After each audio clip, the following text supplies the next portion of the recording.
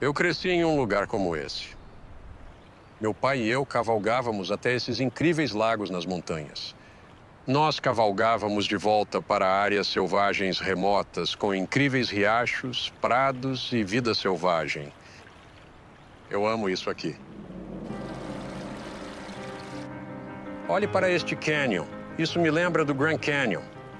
Você tem este riacho. Você tem estas paredes íngremes. Quanto tempo você acha que levaria para um riacho tão pequeno remover tanto material? E cortar esse canyon tão fundo? Esta rocha tem uma história assim como eu e você. Ela veio de algum lugar.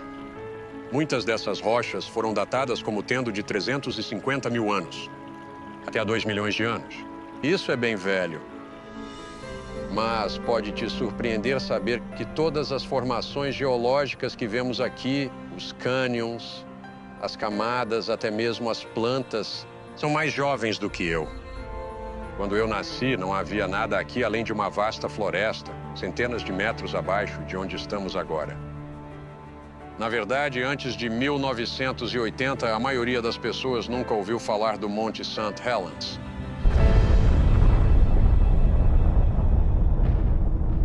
Foi naquele ano, em 18 de maio, que rocha derretida criou uma explosão de vapor com a força de 20 milhões de toneladas de TNT. Detritos de avalanche e outros fluxos da erupção rapidamente criaram todas essas camadas, com até 180 metros de espessura. Alguns anos depois, houve mais atividade vulcânica que criou um fluxo de lama que cortou todo esse cânion. Também cortou através da rocha profunda, em apenas alguns dias. Não é incrível como um pouco de informação sobre o passado pode mudar sua visão do presente e do mundo ao seu redor? Há muitas suposições feitas por muitas pessoas sobre a história da Terra ao nosso redor. A questão é como essas suposições afetam nossa visão dessa história. Mas o mais importante, como essas suposições influenciam nossa visão da ciência e da Bíblia. Deus criou o mundo em apenas alguns dias ou em bilhões de anos?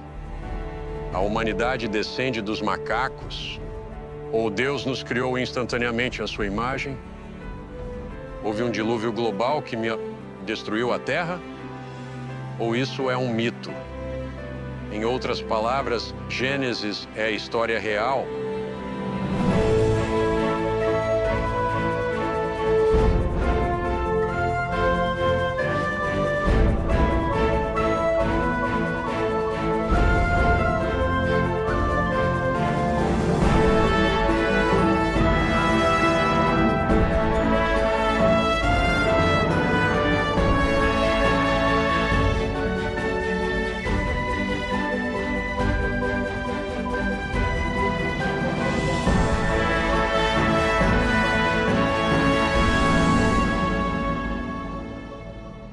Quando pensamos na história da Terra, há muitas coisas a considerar. Mas uma das mais fascinantes é o relato do dilúvio. A Terra inteira foi coberta com água mesmo? Gênesis diz que as águas prevaleceram tanto na Terra que todas as altas montanhas sob o céu foram cobertas. Então, se o dilúvio foi global, não haveria muitas evidências? Ouvi falar de um cientista que passou 40 anos estudando essa questão. Quando falei com ele, disse que tinha um ótimo lugar para ver evidências do dilúvio global. Steve, tenho que admitir, estive aqui várias vezes, mas sempre que venho é de tirar o fôlego. Além de estar em casa, o Grand Canyon é meu lugar favorito na Terra. Então, Steve, me diga, o que você vê aqui? Quando olhamos para o Grand Canyon, vemos a história do solo sob nossos pés. Temos aqui uma espécie de bolo de camadas, de estratos erodidos para ver a estrutura interna da Terra. Essas mesmas camadas estão também no Colorado, também em Illinois, também na Pensilvânia. Então, quando você fala de estratos sedimentares, fala das camadas que vemos. Sim, as camadas mais baixas se formam primeiro. São grãos de sedimentos que foram misturados, separados e fluíram para cá de diferentes direções, acumulando-se um sobre o outro. Então, claro, eles se transformam em rocha. Então você está dizendo que o solo em que estamos agora, se voltássemos na história, seria líquido? Sim, então o oceano está fazendo coisas incríveis. E a água, que tem um poder incrível, está depositando as camadas que vemos no cânion. E há fósseis em todas essas camadas? Há fósseis marinhos em todas as camadas, mas a explicação padrão é que houve 17 avanços e recuos do oceano sobre o continente norte-americano. E isso se estendeu por milhões de anos. E qual é a evidência que você vê aqui que diria que isso não faz sentido? Os 1.200 metros de estratos planos no cânion são realmente planos, e olhamos entre as camadas de estratos e não vemos a passagem do tempo entre as camadas. Você quer dizer erosão? Erosão especialmente e canalização em grande escala não são visíveis. E então olhamos os estratos e eles mostram evidências de sedimentação muito rápida. Apenas minutos ou horas são necessários para formar camadas. Bem, conte-me a história dessas camadas. Como elas chegaram aqui? No ano 600º da vida de Noé, no segundo mês, no 17º dia, no mesmo dia foram rompidas todas as fontes do grande abismo e as janelas do céu se abriram. Meu entendimento é que ocorreu uma elevação do fundo do oceano. Algum tipo de magma ou terremoto impulsionou os oceanos sobre o continente. Então é por isso que encontramos esses fósseis marinhos nessas camadas. Sim, e tivemos 6 meses com as águas prevalecendo sobre a terra, mais 7 meses ou mais para a água baixar. Os 1.200 metros de estratos provavelmente representam a parte do início e do meio do dilúvio global aqui no Grand Canyon. Temos localmente outros estratos nesta região. Isso é chamado de a Grande Escadaria. Temos cerca de 3.000 metros de estratos acima do Grand Canyon. Mais alto do que aqui? Mais alto do que aqui. E isso representa as fases finais do dilúvio e o recuo das águas. Essa superfície foi nivelada pelo recuo das águas. E quando o dilúvio recuou para as novas bacias oceânicas, os continentes provavelmente se elevaram e a arca, claro, parou nas terras altas do Oriente Médio. Bem, algumas pessoas dizem que esse registro é sobre uma inundação local. Eu acredito que foi um dilúvio global e todas as altas colinas sob todo o céu foram cobertas. Uma declaração universal. Mas não devemos medir a profundidade das águas do dilúvio pelas montanhas atuais da Terra, que foram em grande parte criadas durante e após o dilúvio. Bem, o fato de termos todas essas camadas seria desconhecido para nós se estivéssemos sobre elas em outro lugar. Mas são conhecidas por nós porque foram cortadas. Como isso aconteceu? Bem, foi a história que todos aprendemos na escola, certo? O Rio Colorado, ao longo de dezenas de milhões de anos, cortou o Grand Canyon. A maioria dos geólogos descartou essa ideia. É difícil sustentar um canyon como este por dezenas de milhões de anos. Você não pode imaginar um canyon durando tanto com erosão. É porque os lados teriam desmoronado e se quebrado? Sim. Então, como conseguimos esculpir isso tudo? Bem, há muitas teorias e, pessoalmente, gosto da ideia de erosão catastrófica pelo escoamento de lagos. Então, após o dilúvio, temos esses grandes corpos d'água, esses lagos que ficaram presos. Há evidências de um grande lago no deserto pintado chamado Hopi Buttes, cerca de 2.000 quilômetros cúbicos de água neste enorme lago. E então a represa se rompe e toda essa enorme quantidade de água começa a escoar e esculpir isso. Sim, e quanto tempo levaria para erodir o Grand Canyon? Talvez semanas, mas não milhões de anos. O tempo não é uma varinha mágica que resolve todos os problemas geológicos do mundo. Abandone essa ideia de milhões de anos e pense em processos catastróficos como no Monte St. Helens, e isso ajudará a entender o Grand Canyon. Em todos os lugares que olhamos, Steve me mostrou evidências do incrível poder da água em movimento. Rapidamente depositou essas enormes camadas, depois rapidamente as erodiu. Steve queria me mostrar onde as águas da enchente atingiram o continente, então ele me levou mais fundo no canyon. Steven, você disse que ia me levar até o fundo. Não estava brincando? Estava. Estamos no fundo. Não Estamos neste grande canyon lateral do Grand Canyon principal. E estamos olhando para a rocha de granito do subsolo, que é o núcleo do continente. E então vemos as camadas horizontais em cima. A fronteira entre a rocha de granito abaixo e o arenito tapiat acima é essa superfície que chamamos de grande inconformidade.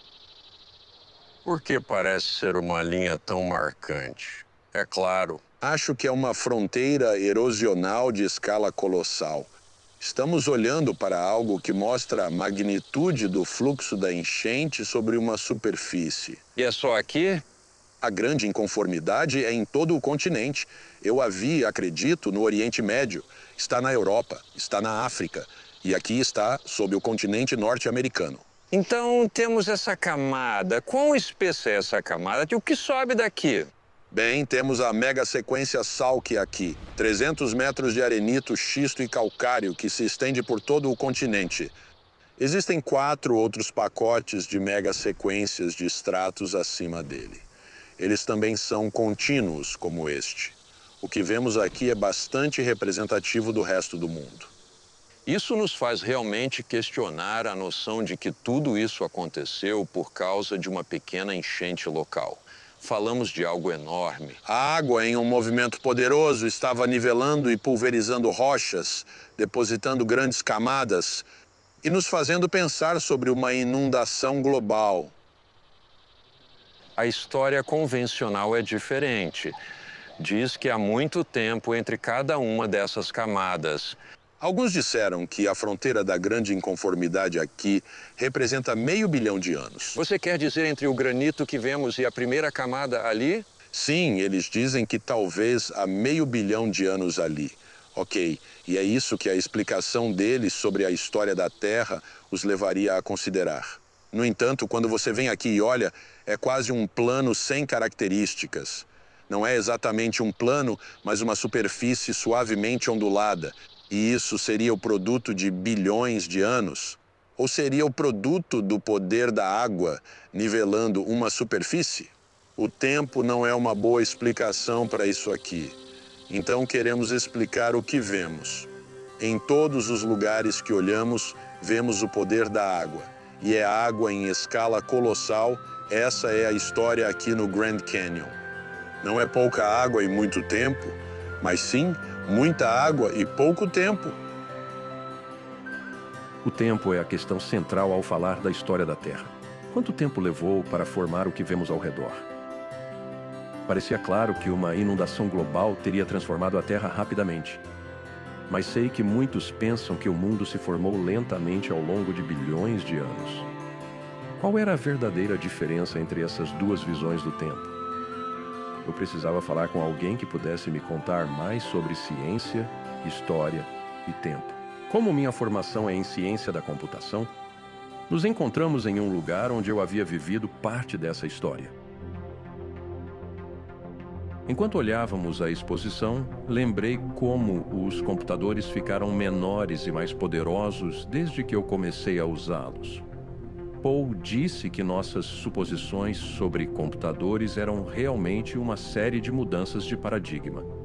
Quando eu tinha 19 anos, li o clássico de Thomas Kuhn, A Estrutura das Revoluções Científicas, onde ele descreve essa noção de paradigmas. Um paradigma é uma estrutura na qual você interpreta evidências. Na verdade, a ciência não é só sobre a evidência, é sobre como você interpreta essa evidência. Então, esta sala, por exemplo, temos aqui os chamados mini-computadores. Mas, na verdade, eles não são mini em termos do nosso paradigma atual. Sim, hoje, não é? Sim, isso é mini, não é? Então, realmente, para entender essa questão das origens, você precisa começar olhando os paradigmas governantes, as duas principais visões que temos atualmente sobre a história da vida e do universo. E quais são essas? Por um lado, temos o paradigma convencional. No paradigma convencional, você tem o tempo profundo, 13,7 bilhões de anos, ao longo dos quais esse processo gradual, começando com a simplicidade primordial, termina no que vemos hoje. Toda a complexidade da vida deve ser construída de baixo para cima por processos estritamente físicos, onde não há uma mente, um criador ou um design. A segunda visão podemos chamar, digamos, de paradigma histórico do Gênesis. Tudo começa com uma mente divina, um criador, uma inteligência que planeja, supervisiona e traz à existência a realidade que conhecemos. Os eventos estão ocorrendo em uma escala temporal muito mais recente. O universo, o sistema solar, nosso planeta, a própria vida, tudo isso começa totalmente formado como um sistema funcional. Não é difícil ver que há uma diferença radical entre esses dois em termos de tempo. Quando olhamos para a história da vida neste planeta, temos um conjunto de dados, mas dependendo do paradigma adotado, esses dados serão interpretados de maneiras diferentes. Parece que um paradigma está se baseando em uma história que nos foi dada. Sim. E outro paradigma aí está construindo essa história. É assim que você vê isso? Temos uma testemunha desses eventos. E essa testemunha nos diz o que aconteceu e devemos levar isso em consideração ao avaliar os dados.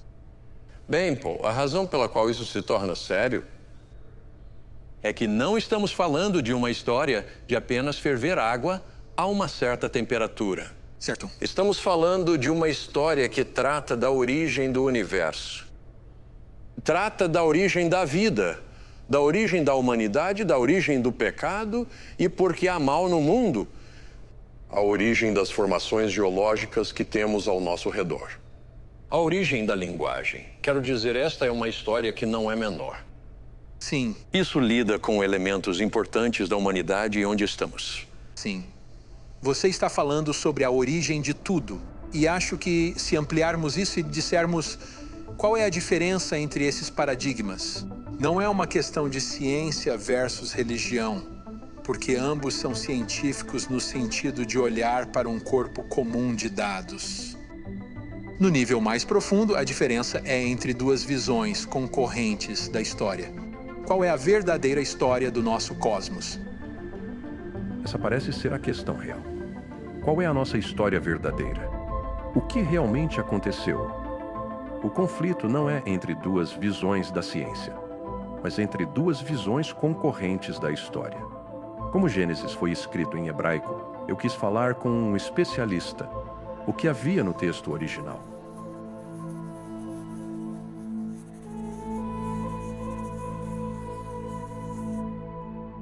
A primeira palavra em Gênesis é Breshit. Breshit. Gênesis 1 é Breshit bara Elohim, et ha-shamayim veha-aretz. Então, este é o começo das Toledot de Noé. E que a palavra Toledot é muito interessante. Às vezes é traduzida como genealogia, às vezes como história. E o que segue é o relato do dilúvio. Certo, Steve, parece que há muita história na Bíblia. É assim que você vê? Absolutamente. Na verdade, a primeira coisa é que é um relato histórico preciso. A apresentação como tal e a perspectiva dos escritores que acreditavam estar falando sobre eventos reais. Ok. É muito claro que, devido à maneira como insistiram que a próxima geração aprendesse sua história. Quando você olha para esses primeiros capítulos de Gênesis, o que vê? Pode nos explicar isso? Começa com, no princípio, Deus criou o céu e a terra. Não há palavra em hebraico para universo. Isso significa que ele criou tudo. E então, a próxima coisa que encontramos em Gênesis 1:2 é uma bola de água que está no espaço. Deus, nos dias subsequentes, vai preencher esse universo. Você está falando sobre dias aqui. Você vê esses dias como literais?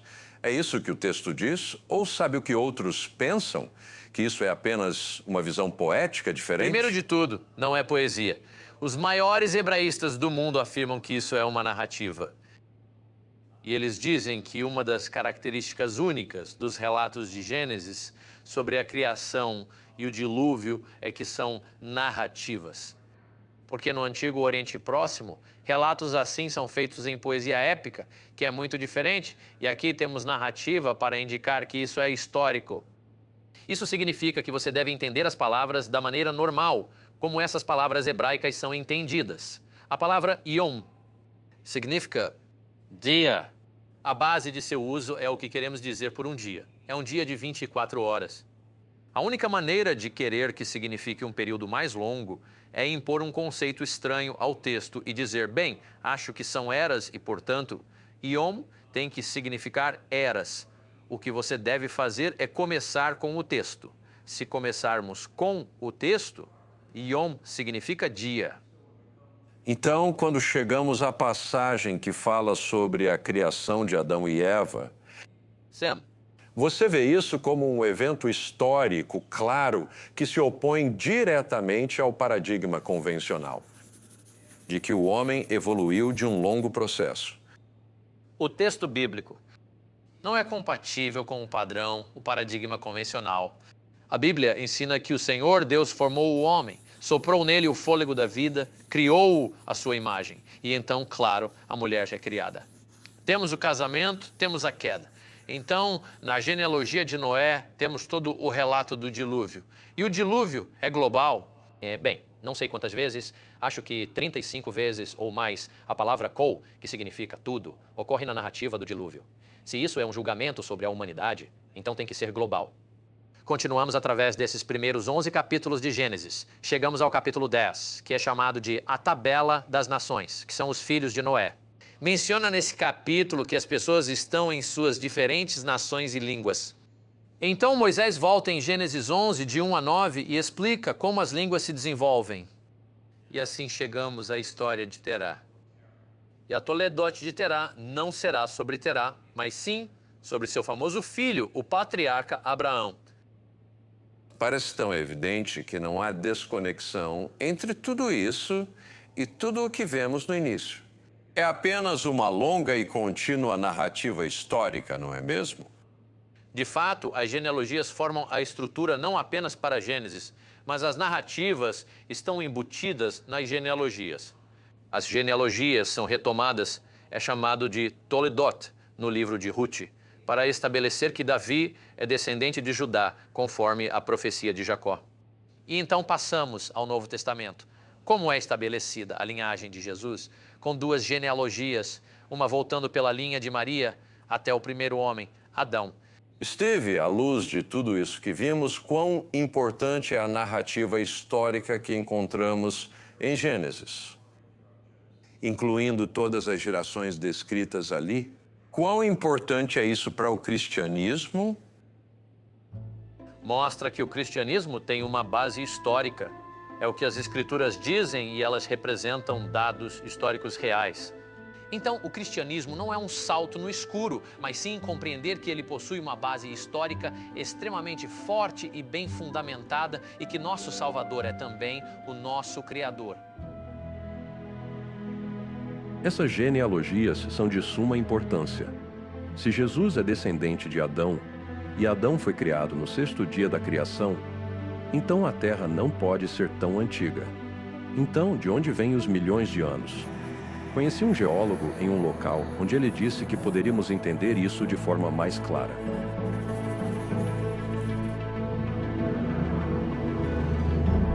Você vê a tranquilidade, a vastidão, nada para te perturbar. Mas você lembra que foi explosivo no passado. Havia um vulcão aqui atrás, o vulcão de Cone de Cinzas, e ele expeliu um fluxo de lava que se espalhou por esta região. Uma enorme quantidade de basalto, lava. Sim, mas é realmente pequeno comparado aos fluxos de lava que vemos em muitos lugares. E há algo como 1000 desses vulcões por aqui. O pequeno atrás de nós chamamos de vulcão Cone de Cinzas. Você chama isso de pequeno? Sim, quero dizer, esses vulcões são pequenos. Monte St. Helens, 1980, quando entrou em erupção, os 750 metros do topo do vulcão explodiram, mas isso foi pequeno comparado a erupções históricas. Podemos voltar um pouco mais à grande erupção de Yellowstone, e parte das cinzas vulcânicas chegaram ao Texas. Explodiu tão longe assim. Você pensa em fluxos de lava na Índia que tem uma acumulação de até 300 metros sobre uma área de 1/3 do tamanho do subcontinente indiano. O que vemos no presente é minúsculo em comparação ao que vimos no passado. Isso nos diz algo sobre o passado histórico. Não podemos usar as taxas atuais desses processos para entender quão rapidamente e quão majestosamente, em termos de escala, o registro geológico se acumulou. Bem, esse é o ponto que me trouxe até você, porque como determinamos a idade dessas rochas? Bem, a primeira coisa importante é reconhecer que este fluxo de lava é, de certo modo, um instante no tempo. É um evento. Quando está fundida, todos os elementos que saíram do vulcão estão misturados e a rocha começa a cristalizar. Átomos radioativos começam a acumular o que chamamos de produtos filhos, os produtos de decaimento. Agora, o ponto é que essa taxa de decaimento é tão lenta quando a medimos no presente que, você sabe, leva milhões de anos para os átomos pais decaírem em átomos filhos. E é daí que vem os milhões de anos, o fato de que as taxas de decaimento no presente são lentas. Mas diríamos que o presente não é realmente a chave para o passado, porque, obviamente, o passado contém eventos catastróficos massivos que não ocorrem hoje. Na verdade, a Bíblia diz que o passado é a chave para o presente. Se você quer entender por que o mundo é como é hoje, precisa entender o que aconteceu no passado. Então, temos muitas pistas de que os processos geológicos não foram constantes ao longo do tempo. E temos outras pistas de que as taxas de decaimento podem não ter sido constantes. Veja, coletamos amostras de rochas de vários lugares, muitas amostras no Grand Canyon, cada uma dessas camadas de rochas. Eu fiz isso na Nova Zelândia, fizemos isso em outras partes do mundo. E o que fizemos foi que submetemos as mesmas amostras de rochas a mais de um desses métodos de datação. E o que descobrimos foi que, nas mesmas amostras com mais de um método, obtivemos idades que diferiam por centenas de milhões de anos ou até 1 bilhão de anos em alguns casos. Estamos vendo enormes diferenças ao usar métodos diferentes. Bem, se há esse tipo de diferença entre todos esses métodos de datação, então isso parece confirmar que temos um sistema aberto aqui, não fechado. Correto. E se temos um sistema aberto, isso significa que não podemos confiar nele para nos fornecer datas confiáveis para essas rochas. E isso muda todo o pensamento sobre a história da Terra, porque, de repente, esses relógios radioativos não são confiáveis. Temos evidências de que as taxas eram mais rápidas no passado. De repente, podemos não estar pensando em termos de milhões de anos. Podemos estar pensando em termos de uma história muito mais curta. Mas você estava dizendo que esse tipo de evidência está na literatura aberta agora. Sim, certo. Por que isso não está causando impacto? Me perguntaram isso quando falei em departamentos de geologia universitários. E a resposta é porque há um compromisso com os milhões de anos. E assim que as pessoas se fixam nesse foco, qualquer coisa fora de seu campo de visão que conflita com esse foco é marginalizada. E a razão pela qual os milhões de anos são importantes, se voltarmos na história do pensamento científico, Charles Lyell, na Inglaterra, propôs milhões de anos e eles multiplicaram as idades das rochas. E essa foi a base sobre a qual Charles Darwin construiu. Na verdade, ele leu o livro de Charles Lyell e ficou convencido dos milhões de anos de evolução geológica. Então ele poderia dizer o que não vemos acontecendo no presente. Podemos ver apenas pequenas mudanças no presente. Dado milhões de anos, as pequenas mudanças podem se somar a grandes mudanças. E assim, se você quiser ter uma maneira de olhar para a história que diz que chegamos aqui por acaso, processos aleatórios ao longo de milhões de anos, então você precisa ter rochas que tenham milhões de anos. Caso contrário, você minou toda a base dessa visão da história da Terra. Então o tempo se torna um elemento crítico para o paradigma convencional. E esse tempo tem que ser um tempo profundo. Andrew disse que ao estudar as formações rochosas, elas mostram evidências de uma Terra jovem transformada por uma catástrofe global. Então ele me levou ao sul para Sedona para ver. O importante a notar é que esta paisagem é realmente muito estável. Houve muita erosão no passado para esculpir todo o terreno. Mas esses penhascos e o fundo do vale são estáveis, por isso você tem a vegetação. Hoje tudo está muito mais calmo, os processos de hoje são lentos, mas não explicam como tivemos essa erosão, essas camadas, esses penhascos. Tudo bem, então você quis vir aqui porque vê evidências de uma Terra jovem por causa do que está aqui. O que você vê? Sim. Bem, a primeira coisa que notamos é a extensão dessas camadas. É como uma pilha de panquecas. É, por exemplo, a unidade vermelha que atravessa nosso campo de visão, essa é a formação Schnebly Hill. E acima disso você vê a primeira unidade branca, que é o arenito coconino. E acima disso você tem o Toroip e no horizonte o calcário Kaibab, que é a borda do Grand Canyon. E sabe, aqui estamos a 100 quilômetros do Grand Canyon e essas camadas ainda estão aqui. Sim, é quase difícil imaginar o volume de material que isso representa. Sim, pegue o arenito coconino. Podemos rastreá-lo daqui, atravessando o Novo México, Colorado, até Kansas e Oklahoma, ou até mesmo no Texas. Falamos de 500 mil quilômetros quadrados para esta rocha consistente por quilômetros. Essa não é a escala que vemos hoje com sedimentação localizada. E para deixá-la plana assim sobre uma área tão grande, é como fazer a sua panqueca toda de uma vez rapidamente. E assim essas camadas mostram evidências de sedimentação rápida, a extensão dessas camadas. Bem, Andrew, você falou daquela formação vermelha, mas isso não me é familiar. Ah, essa é a formação Schnebly Hill, não está no Grand Canyon. No Grand Canyon, passamos do coconino para a formação Hermit. Há aquela borda afiada e não há sinais de erosão ali. O que significa que a formação Hermit foi rapidamente depositada. E então o coconino foi logo depositado sobre ela. Mas aqui estamos a 100 quilômetros do Grand Canyon e temos essa formação Schnebly Hill, entre o coconino e o Hermit. E essa formação Schnebly Hill, com 250 a 300 metros de espessura sobre uma área de 2.500 quilômetros quadrados, teve que ser formada muito rapidamente. Se isso levou milhões de anos, deveríamos ver evidências de milhões de anos de erosão no Grand Canyon, naquela mesma fronteira. Não vemos. Então isso significa que essa formação, Schnebly Hill, nesta área, teve que se formar em poucas horas.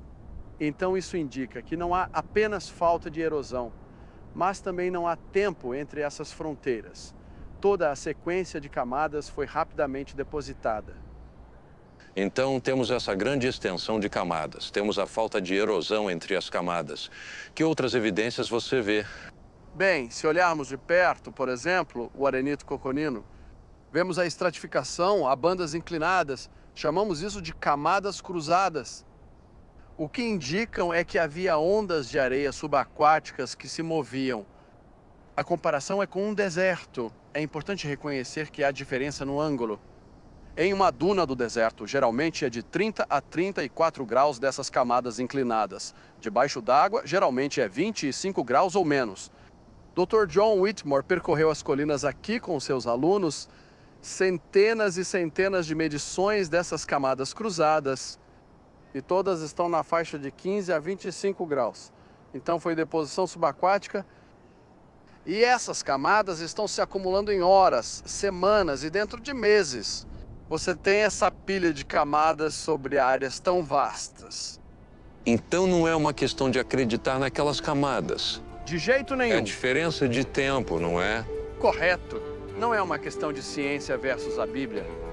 Quando falamos sobre o paradigma do dilúvio e o convencional, estamos falando sobre duas visões diferentes da história da Terra. Essas visões são realmente diferentes. Claro, eu cresci aprendendo a visão convencional, com suas longas eras e mudanças lentas. Mas qual era a história do mundo segundo Gênesis?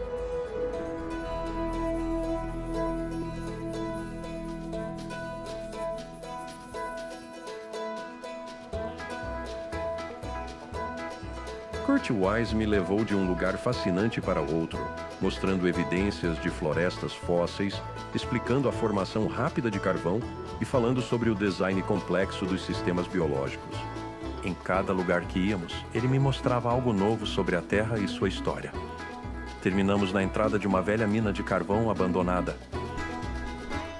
Estes são restos da Dayton Coal and Iron Company, construída cerca de 110 anos atrás. O incrível é que, se você não soubesse dessa história, pensaria que essas rochas são muito antigas. Se estivéssemos na Grécia, poderíamos pensar que tem milhares de anos. É difícil dizer só olhando para a estrutura.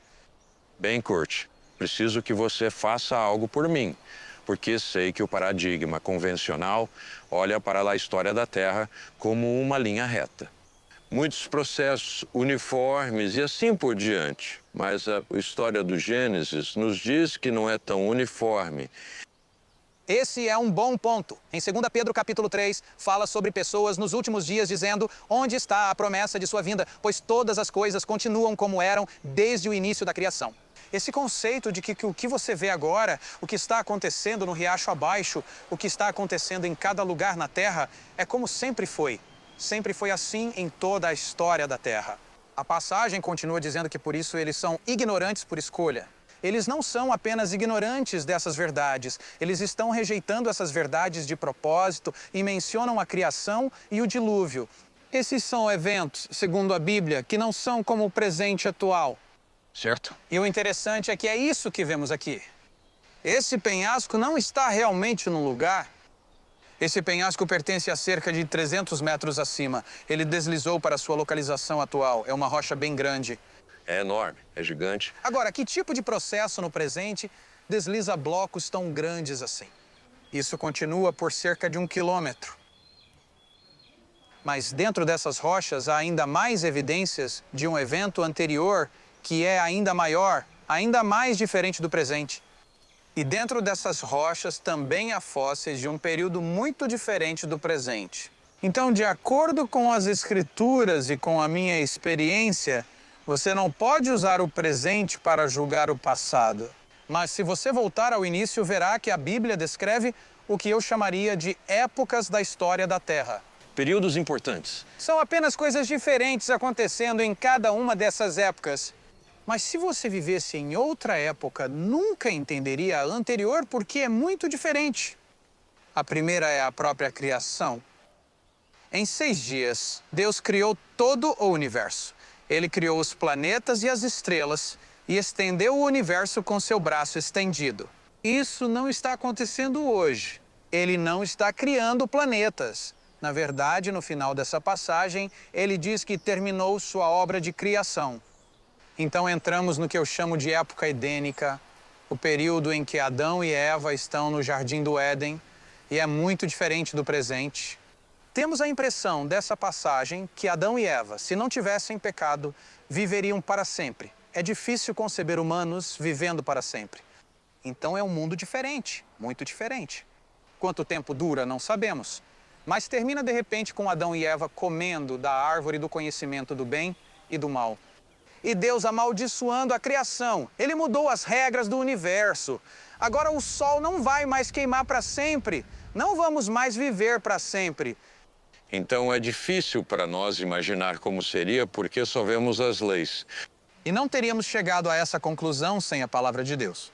Isso é verdade. E é para isso que acho que a palavra de Deus nos foi dada. Então entramos na terceira época do tempo, o que chamo de período antediluviano.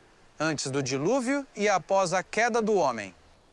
É um mundo diferente do presente, tem as mesmas leis naturais, mas é um conjunto diferente de criaturas, conjunto diferente de plantas. É uma terra um pouco mais quente, os continentes estão em posições diferentes do que estão agora, parece significativamente diferente. Bem, é o que vemos em Pedro, onde fala sobre aquele mundo sendo destruído. Então, o dilúvio não foi apenas encharcar tudo, foi uma mudança radical, não foi?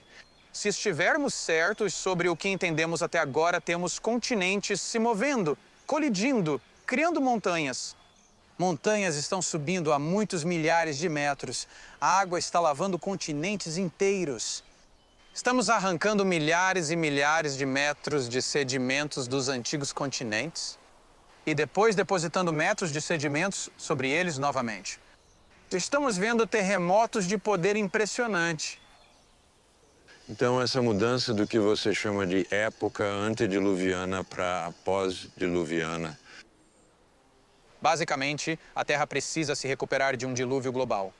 A atmosfera precisa se recuperar. A geologia, as rochas precisam se recuperar. Plantas e animais devem se espalhar pela Terra. Há muita água, terremotos enormes, vulcões enormes. E mais ou menos esse período de recuperação é uma diminuição lenta na intensidade e frequência dessas coisas. Então seria nesse período que veríamos a Era do Gelo? Sim, ironicamente, a era do gelo acaba sendo, em nosso modelo, uma consequência do aquecimento da água durante o dilúvio. A água evapora dos oceanos. Isso esfria os oceanos. A água então se move sobre os continentes e despeja grandes volumes de água.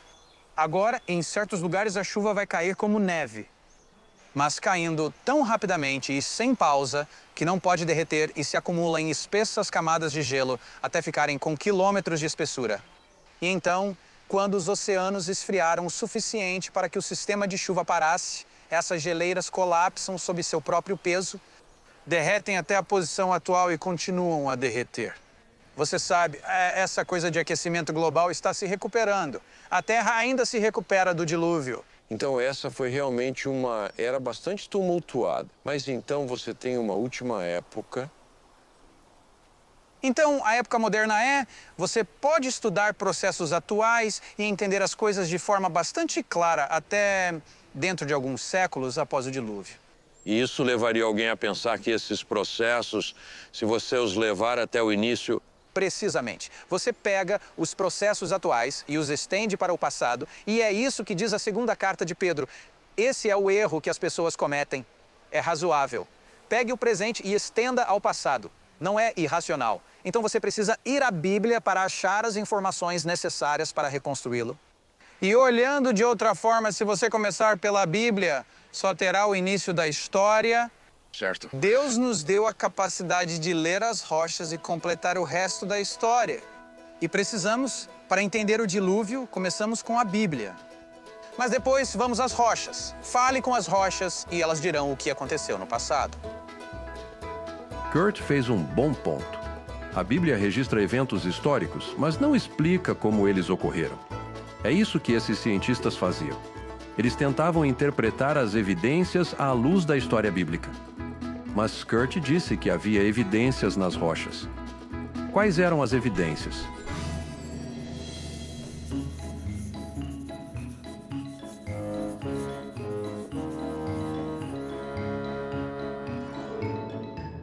Adoro ir a museus de história natural.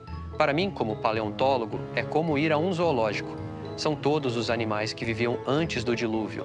É como uma chance de voltar no tempo. É como um zoológico, mas não estão vivos. Certo, e eles não cheiram mal, então isso é muito bom. E o Museu de História Natural não é só sobre nos contar o que havia, ele também tenta nos dar uma narrativa, certo? Temos duas possibilidades, dois paradigmas, uma visão naturalista e uma visão bíblica. E todos os museus de história natural do país, a maioria ao redor do mundo, só te dão uma dessas visões. Apenas te dão a visão naturalista de um mundo antigo. Mas esses mesmos dados, esse dinossauro, podem ser entendidos em um paradigma alternativo. Quando penso nesses tipos de criaturas, penso em um mundo antes do dilúvio. Esta é uma imagem real de um mundo violento. Sim, é por isso que Deus disse: eis o fim de toda a carne. Não era só a humanidade. O homem e todos os animais sobre os quais governamos são julgados no momento do dilúvio. Bem, Marcos, você pode nos fornecer uma visão geral abrangente dos fósseis e como todas essas coisas se encaixam? Sim, fósseis tendem a ser encontrados em camadas distintas, onde há números muito grandes que foram destruídos. Bilhões. E então, toda vez que vemos uma camada de rocha tão espessa, onde estamos pensando em um evento que provavelmente levou minutos para se formar, não milhares de anos, minutos para apenas este pacote de rocha, às vezes até segundos, onde esses pulsos de água do dilúvio estão se movendo sobre os continentes, agarrando ecossistemas ou arrastando os marinhos das profundezas do oceano e puxando-os para a terra. E à medida que um é depositado e as ondas voltam, começam a puxar e empilhar mais coisas em cima disso. E é um cemitério sobre um cemitério sobre um cemitério. É o tipo de coisa que fala de catástrofe, não o tipo de coisa onde o registro fóssil está se acumulando gradualmente, osso por osso, concha por concha, pouco a pouco, ao longo de eras incontáveis. Então você está dizendo que temos esses fósseis marinhos por toda parte, até mesmo nas montanhas. Sim. Sabe, mais ao fundo no museu, eles têm seções com coisas como mosassauros, esses grandes répteis nadadores. Mosassauros são distribuídos globalmente e estão nos continentes. Então, olhando para essas coisas, você se pergunta: o que tem o poder, o que tem a capacidade de pegar o mundo marinho e jogá-lo sobre os continentes de maneira tão violenta? E o dilúvio faz total sentido. Quando estávamos no Grand Canyon, vimos aquela grande inconformidade e realmente não havia fósseis abaixo disso. E então, de repente, começamos a encontrar muitos. O que isso diz a você como paleontólogo? Bem, a grande inconformidade me diz que há algum tipo de erosão massiva e cisalhamento no continente. Então, quando começamos a chegar àquelas belas rochas sedimentares que têm todos os fósseis maravilhosos, o padrão começa a se revelar. O ecossistema que tem os primeiros animais aparece de repente. Na paleontologia convencional, isso é chamado de explosão cambriana. É a primeira aparição de uma grande diversidade de tipos diferentes de animais marinhos. E, de repente, você tem esse ecossistema complexo e completo que surge do nada. Agora, isso faz sentido de uma perspectiva de criação e dilúvio, porque o dilúvio trata da destruição de ecossistemas. Enquanto que, em uma visão evolutiva, esses ecossistemas terão que surgir um pouco mais gradualmente, à medida que os organismos se diversificam e evoluem e respondem uns aos outros em seu ambiente. Mas isso não é o que você vê. Em vez disso, você vê uma explosão de vida, que é complexa e completa. O ecossistema é integrado. Você pode ver onde todos os organismos se encaixam, e essa é a primeira vez que isso acontece. Toda vez que você sobe na coluna geológica neste registro fóssil, você vê mais ecossistemas. Você tem um ecossistema destruído e então outro. Tem criaturas diferentes, há interações acontecendo. E à medida que as águas do dilúvio sobem, elas se aproximam da costa, destruindo mais organismos na linha costeira e na terra. Então, eu acho que entendo o que você está dizendo aqui, e isso é que o paradigma que todos nós aprendemos, o paradigma convencional, está tentando nos dizer que o registro fóssil é uma imagem evolutiva da vida enquanto ela se desenvolve, ao contrário do paradigma de Gênesis que diz, não, toda aquela vida, toda a complexidade da vida já estava lá. E agora estamos olhando para o cemitério de toda aquela vida. Exatamente. Bem, quais são alguns dos outros dados que você está vendo que te convencem desse paradigma? Claro. Bem, uma situação muito curiosa com o registro fóssil, pensando verticalmente sobre as coisas, não são as partes duras do animal, mas as pegadas. São as pegadas. Este é um padrão que vemos em vários grupos diferentes, onde suas pegadas vêm primeiro e suas partes do corpo depois. Para os trilobitas, para os anfíbios, para os dinossauros, a primeira vez que encontro evidências deles no registro fóssil é por pegadas, não partes duras. De uma perspectiva da Terra antiga, isso é realmente estranho e difícil de entender, porque há milhões de anos entre a produção das pegadas e, finalmente, o animal que as fez. Mas isso não faz muito sentido, certo? Porque se há pegadas, há animais e esses animais têm ossos, dentes e conchas, por que não estão fossilizados? Em vez disso, o padrão diz algo diferente. Não há tempo entre deixar uma pegada e ser enterrado. Mas o fato de que essas pegadas ainda estão lá deve nos dizer algo, não deve? Primeiro, nos diz que a deposição da próxima camada sobre elas teve que ser muito rápida. Porque, novamente, você vai a uma praia e anda na areia, suas pegadas são destruídas muito, muito rapidamente. Mas o registro fóssil mostra algo muito diferente de hoje. Isto é, morte em um momento. Sim. Isto é morte em um instante. Falamos de um mundo complexo, inteiro, integrado, e o dilúvio está destruindo esse mundo sequencialmente e enterrando-o de forma vertical. Então, acho que olhar para o registro fóssil como um registro de vida é parcialmente correto, mas não é sobre o desenvolvimento da vida. É sobre a tentativa da vida de sobreviver a um evento que acabou consumindo todos eles. Bem, isso faria sentido então. Porque quando Deus estava falando sobre destruir a terra com o dilúvio, não era apenas a destruição da vida humana, mas de tudo. Era a destruição de toda a vida. E agora, o mundo em que vivemos é, como você disse, muito diferente do que era antes. Sim, quando olhamos para o T-Rex, os mosassauros, e todos esses animais ferozes, e eles realmente são aterrorizantes, mas não é isso que eles foram criados para ser. E então esses dentes afiados, essas garras devastadoras e os comportamentos que os acompanham parecem ser parte da maldição. E parte disso é genética, parte pode ser apenas algumas modificações, mas esses organismos, quando os vemos, e isso é lá importante lembrar quando vamos a um museu de história natural, é que você não está vendo o mundo na semana da criação. Certo. Você está vendo o mundo como existia no dilúvio, e esse mundo estava cheio de violência e era um lugar bastante terrível para se estar. Percebi que os bilhões de criaturas enterradas nessas camadas são um testemunho silencioso do julgamento global de Deus. Decidi que queria ver uma dessas camadas de fósseis por mim mesmo. Se os dinossauros tivessem morrido subitamente no dilúvio, não seria isso evidente?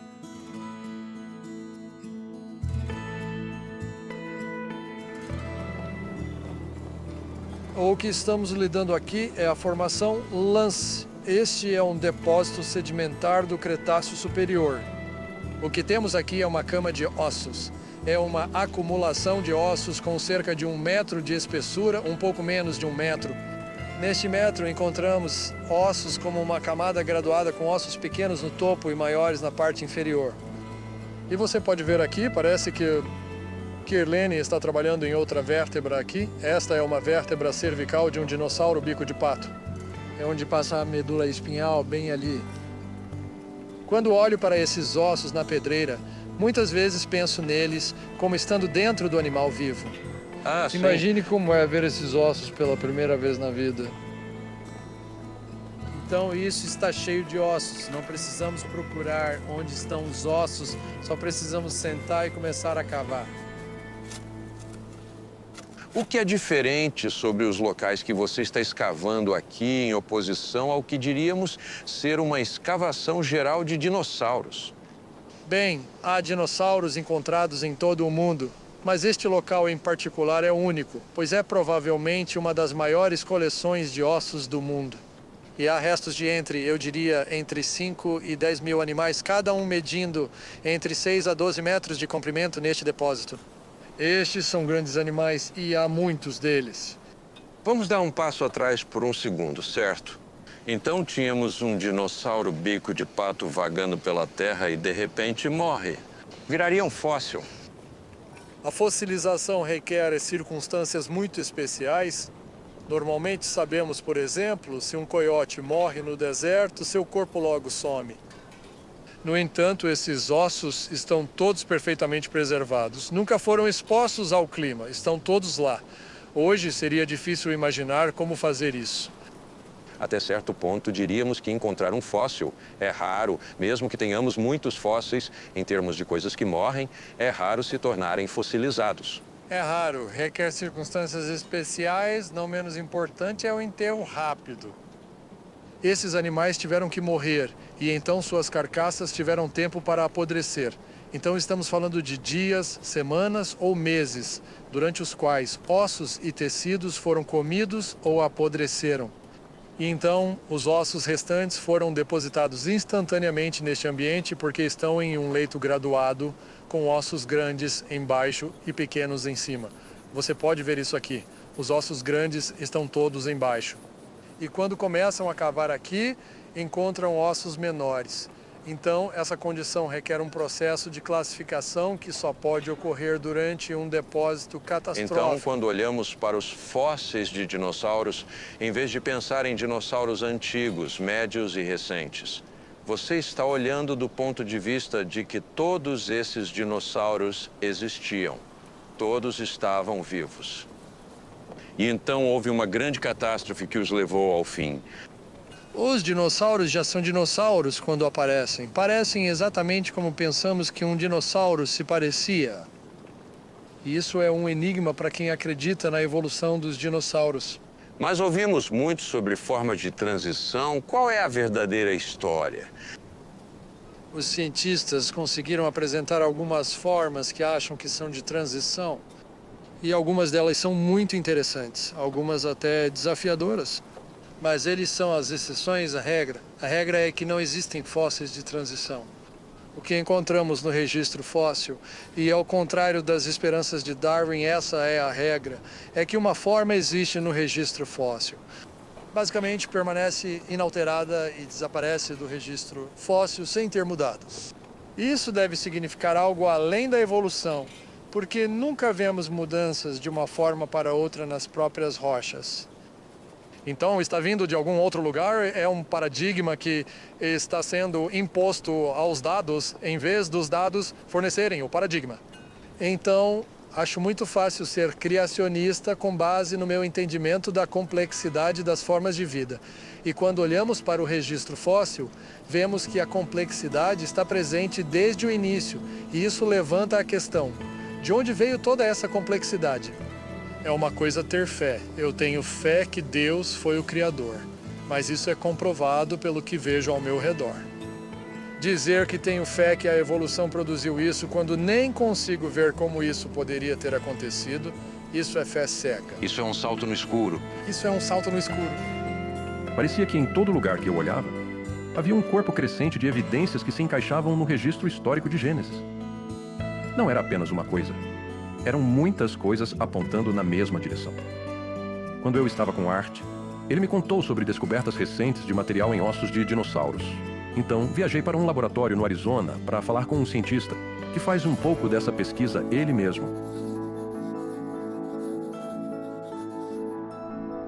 Este é um fragmento de um chifre de tricerátopo. Quando o tiramos do chão, ele se fragmentou e então, claro, tivemos que continuar a fragmentá-lo para fazer essa análise. Em 2012, a Sociedade de Pesquisa da Criação patrocinou Mark Armitage e eu para irmos à formação Hell Creek, em Montana, um lugar famoso para se encontrar ossos de dinossauros. E nós desenterramos um chifre de sobrancelha de tricerátopo de quase 4 pés. Agora está em pedaços desmoronados, então não podemos juntá-lo e mostrar um chifre. Mas ainda assim você deve reconhecer que em pedaços como este nós encontramos tecido com células. Isso é incrível. E potencialmente proteínas como colágeno. É difícil entender como esse material ainda está em um fóssil de dinossauro que supostamente tem 65, 75, 80 milhões de anos. Porque tecido, células e proteínas se decompõem. Eles não são concretos, não existem por eras, eles se decompõem e, de fato, tendem a se decompor rapidamente, dependendo das condições. E certamente em Hell Creek as condições seriam aquecer, esfriar, e qualquer bioquímico pode dizer que é a forma mais rápida de destruir material. É difícil imaginar que sobreviva por 4 ou 5 mil anos, mas 60 milhões, 70 milhões de anos. Veja, isso se torna muito difícil de fazer qualquer base bioquímica para como poderia ter sobrevivido. Ok, uma vez que você encontra uma amostra como esta, o que faz em seguida? Então, o que fazemos é mergulhar o material fóssil em uma solução chamada EDTA. E o que você terá depois de dissolver o fóssil é que o tecido permanecerá porque o EDTA não dissolve o tecido. Então, eu vou levar isso para o que chamamos de microscópio de dissecação. Isso é essencialmente chifre de tricerátopo dissolvido e ampliado. E então você pode ver como é apenas pequenos pedaços de rocha.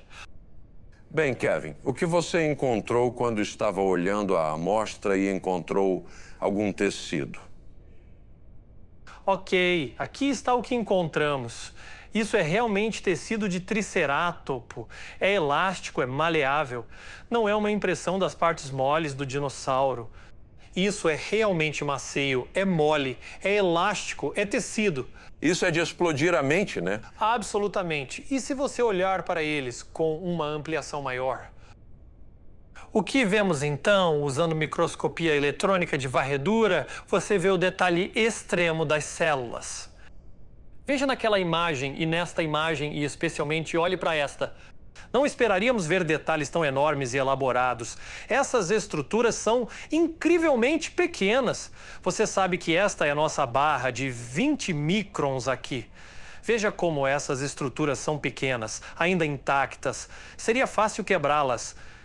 Então, no máximo, você esperaria que tudo isso tivesse se quebrado e desaparecido. Então isso deve ter abalado a comunidade científica. Qual foi a resposta a tudo isso? A resposta inicial, quando a doutora Schweitzer publicou seu trabalho, que se popularizou muito em 2005, gerou muita resposta.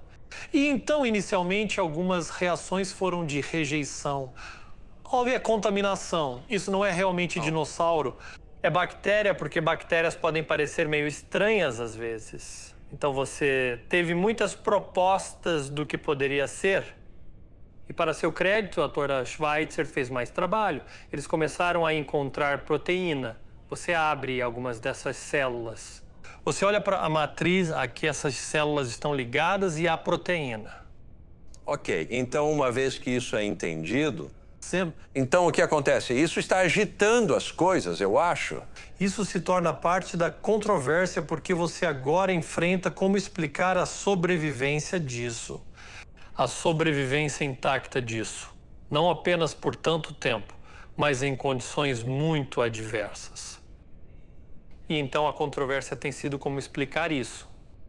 E se você ler parte da literatura, há quase um desespero porque reconhecem as implicações disso. Algumas pessoas diriam, bem, isso não significa nada porque sabemos quão velhos são e só significa que sobrevive de alguma forma. Mas como você sabe quão velhos são? Você usa supostos métodos de datação. Isso é um método de datação. O próprio tecido não pode ser descartado como parte de um método de datação. Então, por que isso não conta, mas aquilo conta? Bem, é todo o paradigma que dirige suas conclusões. O paradigma é que deve ser antigo, então métodos que nos dão um fóssil antigo são os que escolhemos. Algo que não nos dá um fóssil antigo como tecido, temos que rejeitar ou explicar. Pelo menos para mim, e claro que não sou microbiologista, mas acho que a maioria diria, bem, parece razoável pensar que talvez não sejam tão antigos. Claramente isso está em violação do processo de datação. Desafia todo o processo de datação. Se os fósseis de dinossauros foram datados incorretamente, o que eu diria que isso é uma evidência clara, então é muito provável que os fósseis de qualquer organismo tenham sido datados incorretamente e, portanto, as idades geológicas estão erradas. O que você está dizendo é que, se você retirar a noção de um longo período de tempo, você está retirando uma base importante para o paradigma convencional. Absolutamente. Na verdade, o tempo é o componente crítico para a evolução. Se você vai dizer que um sistema celular simples se tornou um sistema multicelular, que depois se tornou peixe, e o peixe então pulou para a terra, cresceu pernas e começou a respirar ar, e então essa criatura cresceu penas e asas e começou a voar. Então, se você nos der tempo, alegaremos explicar toda essa enorme mudança dos organismos, mas precisamos ter o tempo. Tudo parecia voltar à questão do tempo. Lembrei-me de Andrews dizendo que Charles Darwin aceitou milhões de anos primeiro, depois ajustou sua teoria da evolução a essa suposição. Mas por que o tempo é tão importante para a evolução?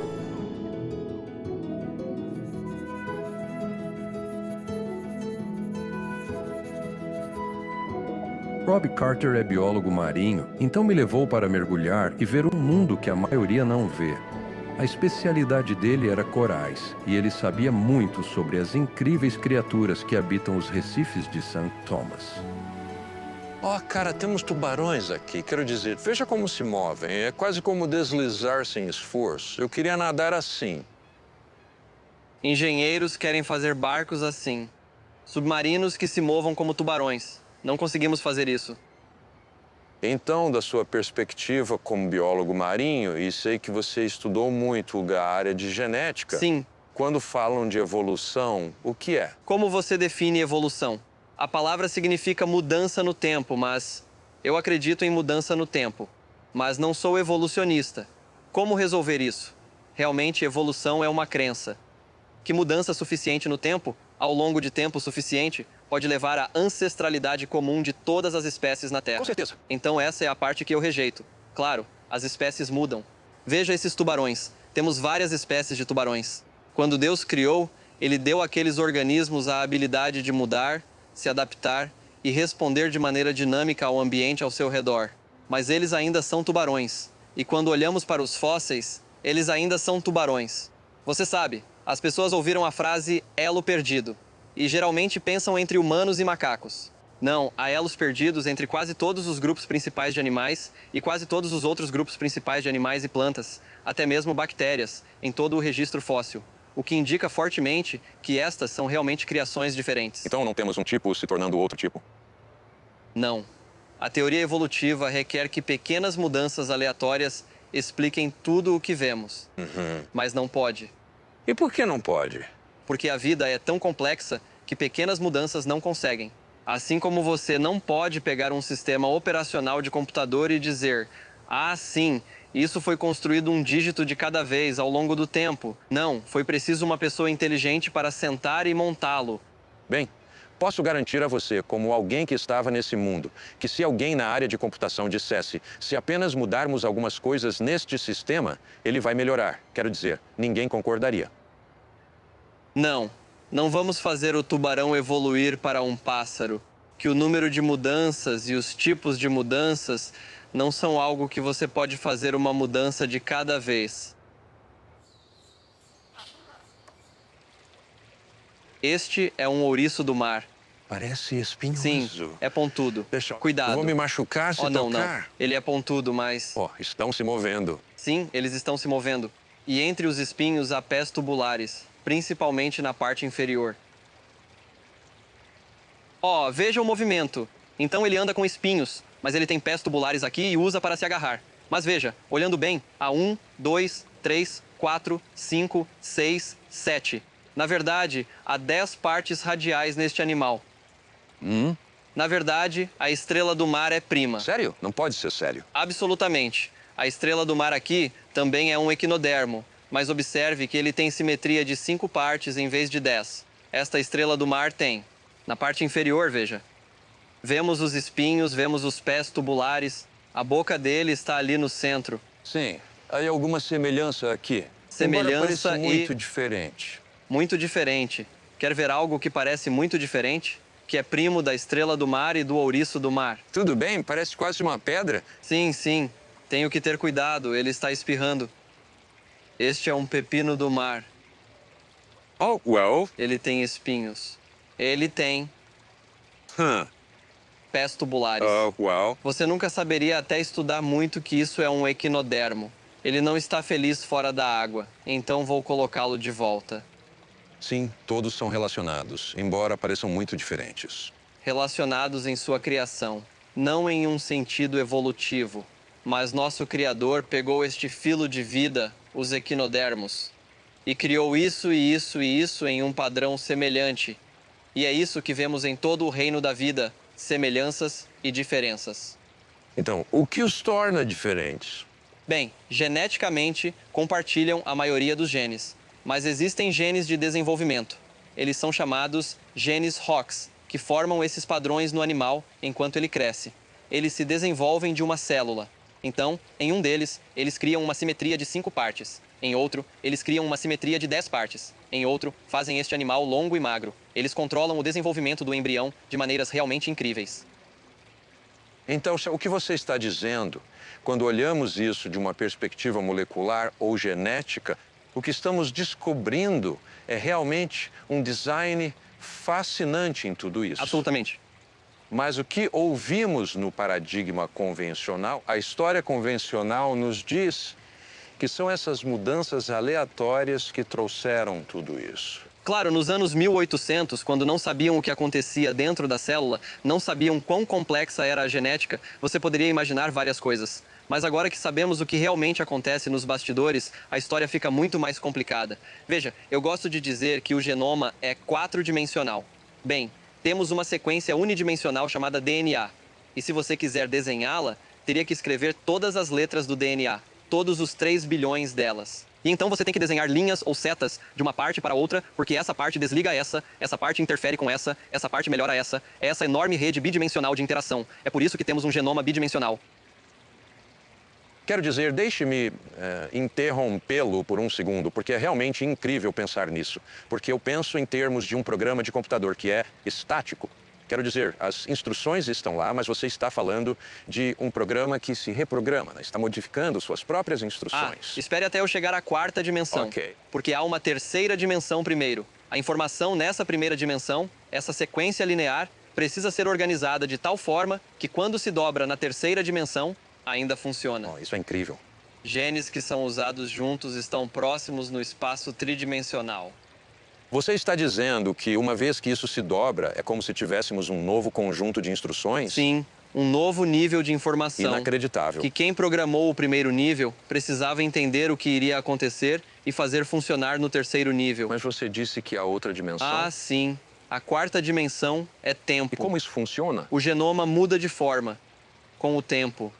Talvez você coma algo ruim para você e seu fígado diz: eu posso eliminar essa toxina. Então, os cromossomos no fígado mudarão de forma.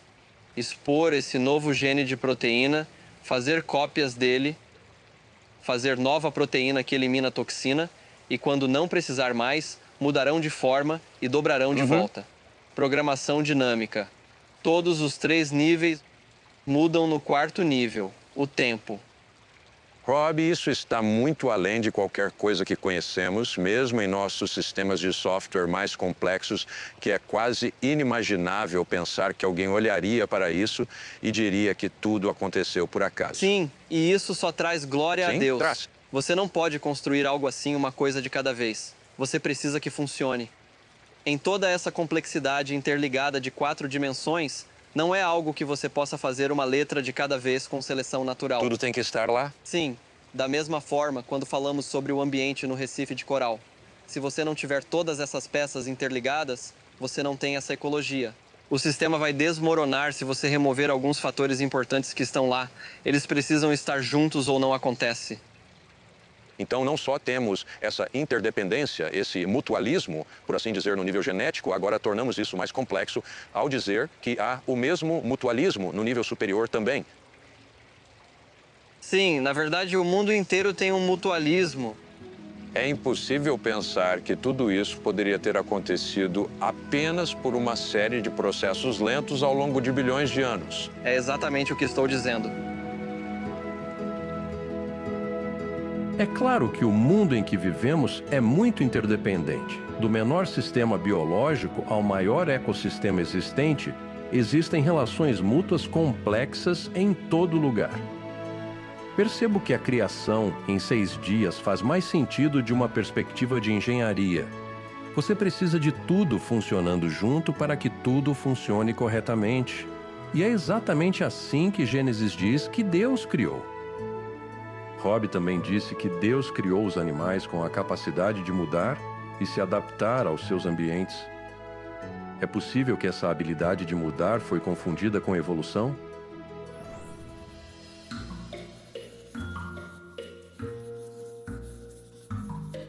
Enquanto Todd Wood e eu caminhávamos pelo zoológico, vimos beleza e design incríveis por toda parte.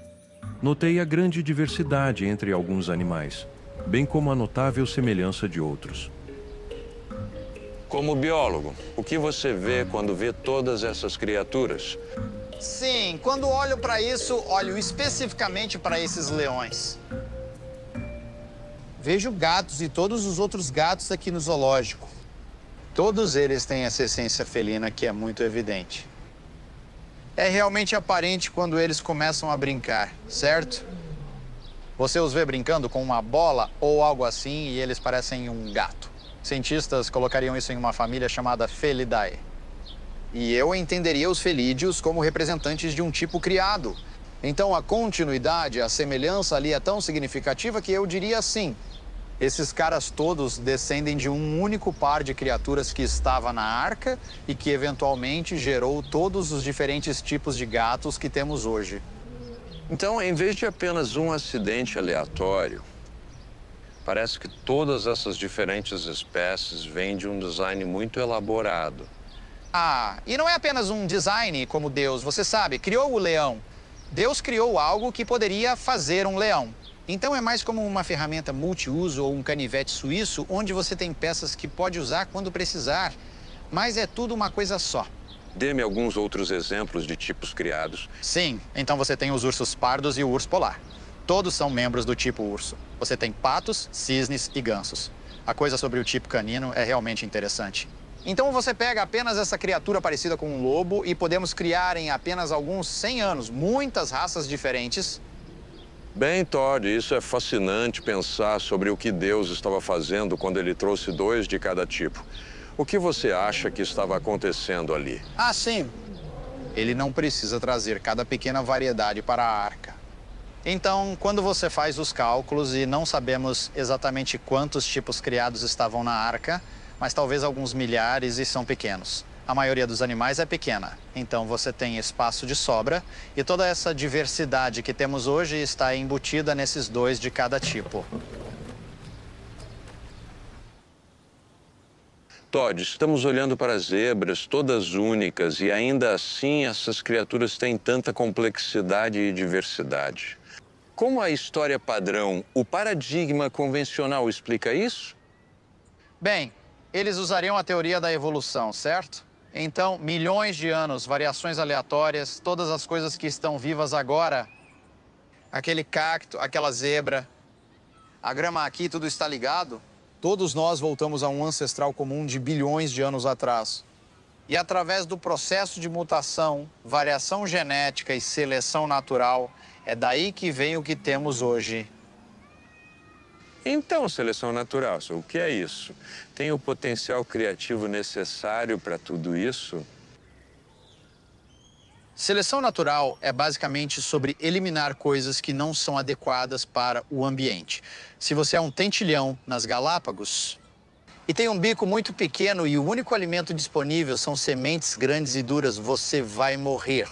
E é exatamente isso que observamos. Podemos ver ao longo das gerações como o tamanho do bico e os tentilhões mudam nas Galápagos, mas ainda são tentilhões, ainda são pássaros.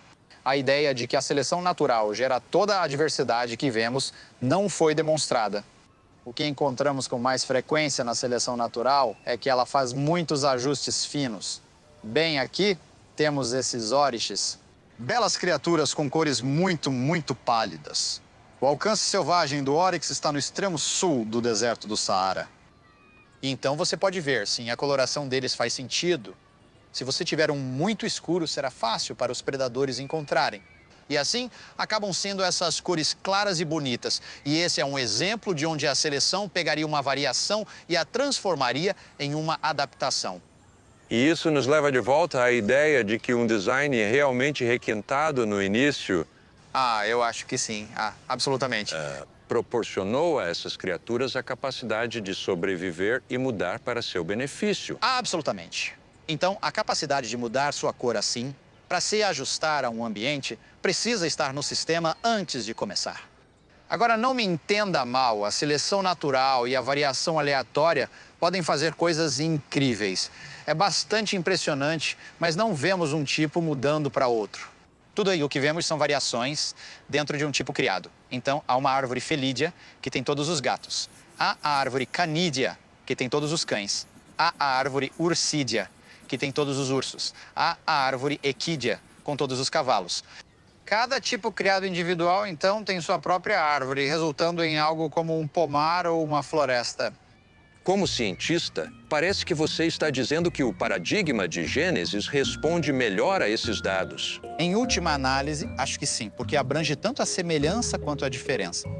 Agora, como já dissemos, há muitas perguntas que ainda estão por aí esperando respostas, mas estou confiante. Dado o que nosso paradigma pode explicar, estou muito certo de que essas respostas serão encontradas.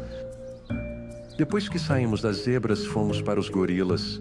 Todd queria falar sobre a questão da evolução humana. Todd, vemos isso o tempo todo, de uma nova descoberta, novos crânios, novos esqueletos que supostamente solidificam todo esse elo. Sam. O que você vê aí? Claro. Bem, tenho alguns aqui na minha bolsa. Um crânio. Então este cara é um Neandertal, sim. Testa muito baixa, nós temos testas bem altas. O rosto, a parte média, foi puxada para fora. Mas ao mesmo tempo, bem, parece muito humano. Então, isso é Neandertal. Bem. Quer segurar esse? Ok. Temos outros muito diferentes. Sim. Agora, este aqui é Australopithecus africanos. Sem testa, inclina para trás. Caixa craniana pequena. Focinho se projeta e rosto inclinado para frente. O que faz com isso? Há muitos mais que poderíamos mostrar. Fotos, crânios, olhando juntos realmente. são bem diferentes. Sim. Bem, aqui está a questão. Então, tudo aquilo que já falamos, posso mostrar repetidamente, de novo, com vários estudos, que encontro uma descontinuidade entre humanos e não humanos. Então, isso cai no lado humano. Este Neandertal aqui, ele é um de nós. Isso aqui não é, é algo diferente. Mas isso seria apenas mais uma variedade de seres vivos que Deus criou no início e que sobreviveram ao dilúvio na arca. Então, quando olhamos para o homem de Neandertal, estamos olhando para um humano. Mas é um humano que, assim como encontramos nos cães, temos muita variedade de cães. Temos muita variedade de pessoas. Então, podemos ver as diferenças óbvias entre nós e o gorila. Não menos importante é que ele está lá e nós podemos ir para casa quando terminarmos. E essas diferenças são realmente enormes, não são? Oh, sim, absolutamente. A imagem de Deus implica essa ideia de ser o representante de Deus aqui na Terra. Parte disso é ter domínio e autoridade. Qualidade espiritual que temos e não compartilhamos com animais assim. É óbvio que somos diferentes do resto da criação porque somos feitos à imagem de Deus. Somos os únicos a criar zoológicos para ver a beleza dos animais de Deus. E somos únicos em rastrear o tempo e querer conhecer nossa própria história.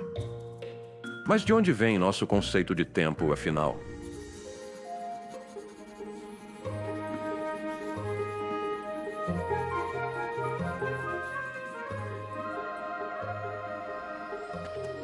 Era uma noite muito linda. Danny me levou para fora da cidade e me manteve acordado até tarde para me mostrar algo inesquecível. Agora você vai me fazer comprar um telescópio. Você sabe, tá? Temos propósitos para as estrelas em Gênesis 1, 14 a 19. É o relato da criação do quarto dia. Menciona estrelas e corpos celestes para marcar o tempo, governar a noite, ser para sinais, estações e festivais.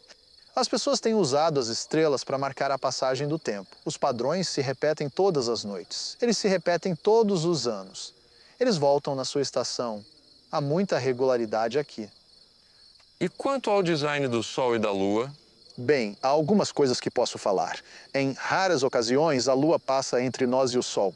Não acontece com frequência, e quando isso ocorre, a Lua mal cobre o Sol. Se a Lua fosse um pouco menor ou mais distante, não faria isso. Se fosse maior ou mais próxima, seria exagerado. E então esses eclipses são espetaculares e raros, e este é o único planeta em que isso importa. E é o único planeta onde isso acontece. E você tem que pensar que é assim que o mundo é, sem razão aparente e sem motivo claro, ou o mundo é assim por um propósito. Para mim, isso fala de criação. Ok, bem acima de nós temos o grande quadrado de Pégasus. É este grande retângulo. Agora, saindo de Pégasus, há um ponto nebuloso ali. Você vê isso? Sim. Essa é a galáxia de Andrômeda. Esse é o objeto mais distante que você pode ver a olho nu. Achamos que está a pouco mais de 2 milhões de anos-luz de distância e contém bilhões de estrelas. Ok, Danny, isso me leva a uma grande pergunta, uma questão na mente de muitas pessoas.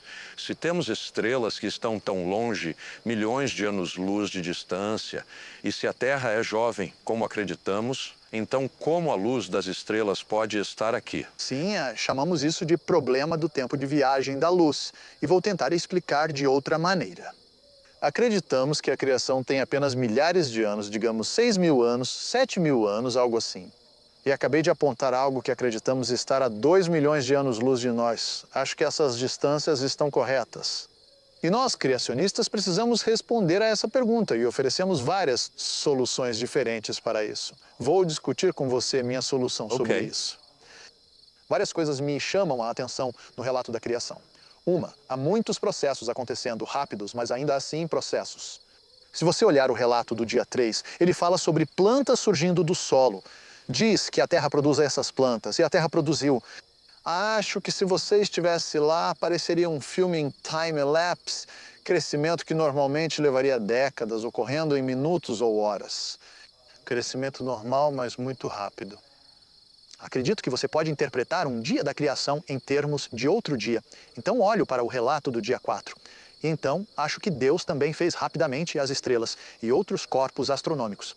E então, para que eles cumprissem sua função de serem vistos, ele teve que trazer rapidamente essa luz, assim como trouxe plantas e as amadureceu rápido. Ele teve que trazer essa luz aqui. Estou sugerindo que quando realmente olhamos para esses objetos, como a galáxia de Andrômeda, estamos olhando para a luz que realmente saiu daquele objeto. Então, acho que houve um rápido amadurecimento. Danny, há outras coisas que você vê que indicam um universo jovem? Acho que sim. Por exemplo, galáxias espirais. A galáxia de Andrômeda que mencionamos é uma galáxia espiral, a nossa também é, e o interior das galáxias deve girar mais rápido que o exterior. Então, após algumas rotações, você deveria enrolar ou desfocar esses padrões espirais. Eles deveriam desaparecer. Agora, a maioria dos astrônomos pensa que as galáxias espirais têm 10 bilhões de anos. Por que ainda vemos padrões espirais? Você não deveria vê-los. Então, isso é um problema conhecido. Mas também, se olharmos para os planetas externos do Sistema Solar, os gigantes gasosos todos têm anéis. E também sabemos que essas coisas estão mudando. Elas estão sumindo. Eles documentaram mudanças no sistema de anéis. Você tem essas forças gravitacionais dos outros satélites orbitando. Então, esses sistemas de anéis são jovens. Isso não prova que o sistema solar é jovem, mas prova que esses sistemas de anéis são jovens. E isso é interessante. Mencionamos muitas teorias sobre as espirais e assim por diante. Isso nos leva ao que muitos veem como a grande teoria sobre cosmologia e o universo, que é o Big Bang. Como você vê isso? Está se mantendo ao longo do tempo? Eu não acho. Acho que está tendo alguns problemas. Tanto que, há mais de uma dúzia de anos, na revista New Scientist, houve uma carta aberta protestando contra a teoria do Big Bang. E teve centenas de signatários desde então. E a maioria das pessoas que assinam são ateus, eles nem são criacionistas. Então, essa ideia de que o modelo do Big Bang é universalmente aceito não é verdadeira. Há muitas pessoas por aí, pessoas bem conhecidas, pessoas muito famosas da física e astronomia que têm problemas reais com o Big Bang. E eu não vejo como você pode reconciliar o Big Bang com a Bíblia, embora muitos pensem que pode. Acho que a tentação que eles têm é tentar interpretar as Escrituras em termos do pensamento cosmológico atual. Isso não é novo. Já aconteceu antes com resultados desastrosos. Então, acho que quando você olha para a história da ciência, como descartamos teorias ao longo do tempo, tivemos teorias que eram supostamente indiscutíveis e depois foram abandonadas. Quando você vê essa lição da história e quer casar Gênesis, quer interpretar Gênesis pelo paradigma dominante, acho que precisa ser cuidadoso. Percebi que Danny estava mudando nossa perspectiva. Precisamos interpretar o universo em termos de Gênesis, não o contrário. E Gênesis nos diz que Deus criou o Sol, a Lua e as estrelas para serem um magnífico relógio para acompanhar a passagem do tempo. Até os antigos construíram torres para seguir as estrelas. Mas o que Gênesis diz sobre essas pessoas e as línguas que falavam?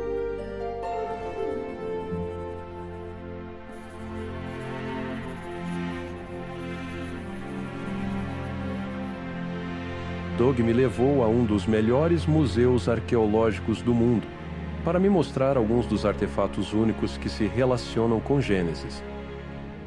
Os eventos da Bíblia se desenrolam no Antigo Oriente Próximo, então todas essas terras são extremamente importantes para entender como e o que aconteceu no texto bíblico. Então isso retoma esses eventos que temos visto em Gênesis desde a criação e o dilúvio, e agora estamos na dispersão da humanidade a partir de Noé e sua família. Exatamente, e a dispersão teria ocorrido em algum lugar nesta cadeia de montanhas ao noroeste da Mesopotâmia. E o que vemos no texto bíblico, na narrativa, é que várias pessoas migraram para o sul da Mesopotâmia, a terra de Sinar, e se moveram em direção ao processo de urbanização, vida urbana. E essa é a famosa Torre de Babel. Exatamente. Sabemos onde isso está? Existem cerca de 7 ou 8 Babels, cidades de Babel, na antiga área da Mesopotâmia.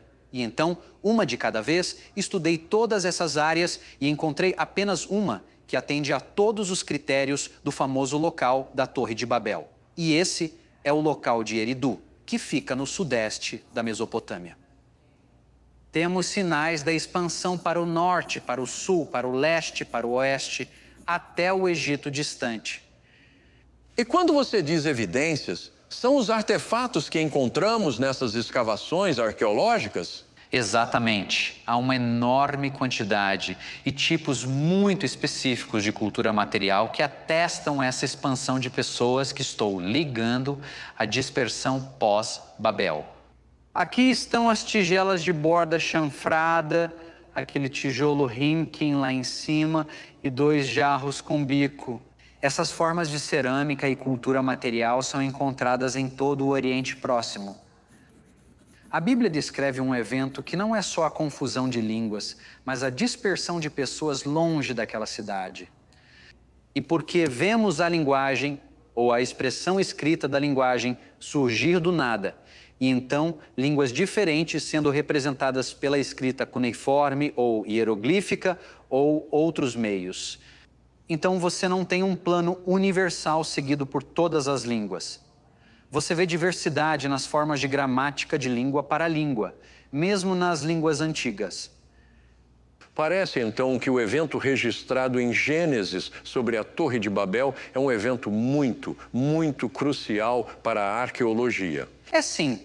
Então, tudo isso se encaixa com o relato bíblico de como surgiram as línguas. É a única maneira de explicar isso. Assim, a integridade da história bíblica é justificada pela expressão dessas línguas. Agora, a maioria de nós pensa em uma torre, como as que vemos nas grandes cidades, com grandes paredes retas. É isso que eles estavam construindo? Essencialmente, é uma variação de uma pirâmide, com 4 lados e várias escadarias até o topo. Em Eridu, temos um templo que existiu em 18 fases diferentes, e em cada fase ele cresceu em tamanho e complexidade. E aquele templo final, aquela fase final do templo, foi abandonado logo na época da expansão tardia de Uruk. Diagonal ao templo havia uma plataforma realmente enorme. Você acha que isso poderia ser a base da Torre de Babel? Com certeza. E eu sugeriria que essa expansão tardia de Uruk, onde essa tecnologia começou, foi algo que se espalhou com as pessoas. Nós encontramos formas desses zigurates em várias partes do mundo. Nós os achamos na China, nós os achamos na Índia, nós os achamos em várias partes das Américas, em todo lugar. Claramente temos evidências aqui de civilização e pessoas começando a se reunir em comunidades até cidades. Temos outras provas disso? Com certeza podemos avançar para o tempo de Abraão, porque sabemos que Abraão viveu no local de Ur, que também estava no sul da Mesopotâmia, no final do 3º milênio antes de Cristo. Isso nos leva ao fim do capítulo 11 de Gênesis. Exatamente.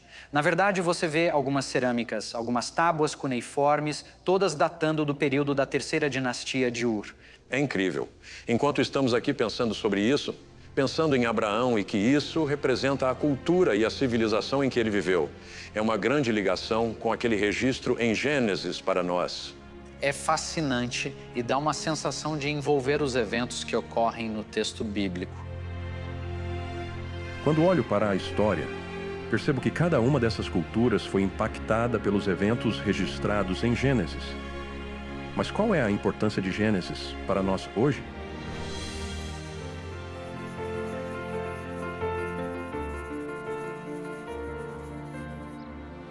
George Grant queria me encontrar em um jardim perto de sua casa. Ele disse que era um bom lembrete de onde nossa história começou.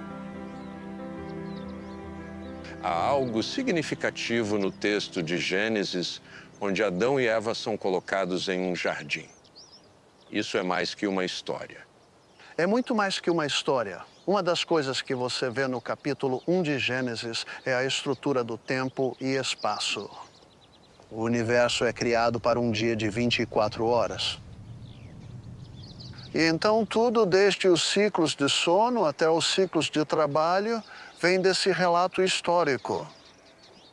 Quando chegamos ao capítulo 2 de Gênesis, vemos o significado e propósito do homem. Claro, no capítulo 3 de Gênesis, vemos a ruptura de tudo pela queda. E as implicações de uma queda histórica, um homem real e uma mulher real, que realmente cederam ao pecado real. Tem, então, implicações por todo o resto da Bíblia. Se você remover um Adão e Eva literais, isso muda toda a forma do que é a história e como a história é lembrada. É porque quando tiramos um Adão e Eva de um registro histórico, podemos então inventar o que pensamos sobre homem, casamento e sexualidade. Com certeza. O apóstolo Paulo entendia os eventos dos primeiros capítulos de Gênesis como formativos, não apenas para nossa compreensão da história, mas para relações entre homens, mulheres e filhos, o caráter e a natureza do casamento, o certo e o errado nas relações morais, incluindo a sexualidade. Tudo isso é assumido a partir desses primeiros capítulos de Gênesis, muitas vezes citando as passagens palavra por palavra. Parece que até Pedro considera o evento do dilúvio, por exemplo, como um evento histórico e colocando-o no contexto do que ele aponta como um julgamento que virá. Então, até o julgamento faz parte da compreensão desse registro histórico. Você corta coisas da história e perde o significado de tudo.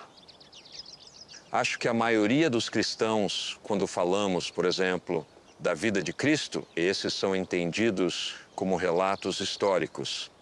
Por que é que, quando olhamos para o relato em Gênesis, temos a tendência de não querer fazer isso? Temos a tendência de não fazer isso porque somos constantemente exortados a não ver dessa forma.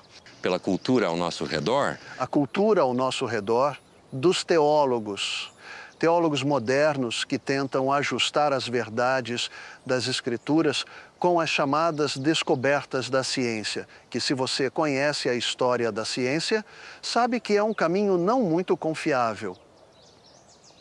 Então, somos bombardeados com a mensagem de que temos que ajustar nossa visão. Mas acho que há muitos cristãos que têm a sensação de que a historicidade de Gênesis não é tão importante para o cristianismo deles. Acho que fomos enganados nesse ponto. Precisamos ter muito cuidado aqui.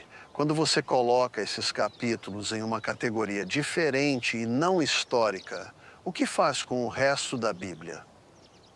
A Bíblia que assume que é verdade. A Bíblia que a trata como historicamente verdadeira. A Bíblia que se refere aos personagens. Será que isso nega toda a Bíblia? Bem, sim.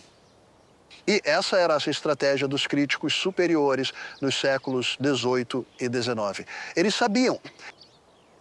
Eles sabiam que se você pudesse atacar os primeiros 3 ou 11 capítulos de Gênesis, você teria acabado com tudo. Bem, George, isso nos traz de volta a noção de que a história registrada em Gênesis ou qualquer história verdadeira é crucial para entendermos o que ocorre ao nosso redor. Sim, e de fato nos lembra de como a história é importante para ancorar todas as outras disciplinas humanas. É a história que ajuda a informar a ciência, para que a ciência possa começar sua jornada de descobertas no mundo. Então, o que a história faz é nos dizer o que ocorreu. Então, o que a ciência tenta fazer é perguntar, bem, como isso aconteceu? E então começa a explorar o como, as mecânicas, as estruturas presentes nesses eventos. Se você tentar inverter isso, se tentar fazer a ciência dizer o que de fato ocorreu, então você acaba tendo uma visão de mundo que está sempre mudando, onde nada é certo. E o relativismo moral é o resultado necessário. E Deus nos deu essa base sólida, Ele nos deu essa fundação nesse registro histórico. Ele nos deu isso nesse registro histórico que volta até o capítulo 1 de Gênesis e ao jardim. No fim, acho que sempre voltamos para casa. E para mim, casa é o Colorado. Sempre penso mais claramente quando estou diante da beleza da criação de Deus. Visitamos muitos lugares e vimos muitas coisas, mas considerando tudo junto, é evidente que nada no mundo faz sentido exceto a luz de Gênesis.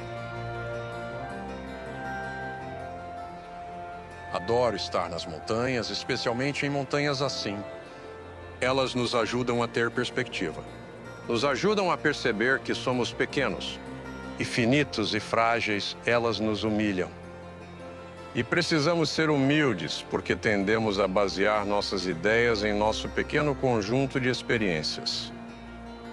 Por isso, a sabedoria dos tempos nos diz repetidamente para conhecer a história.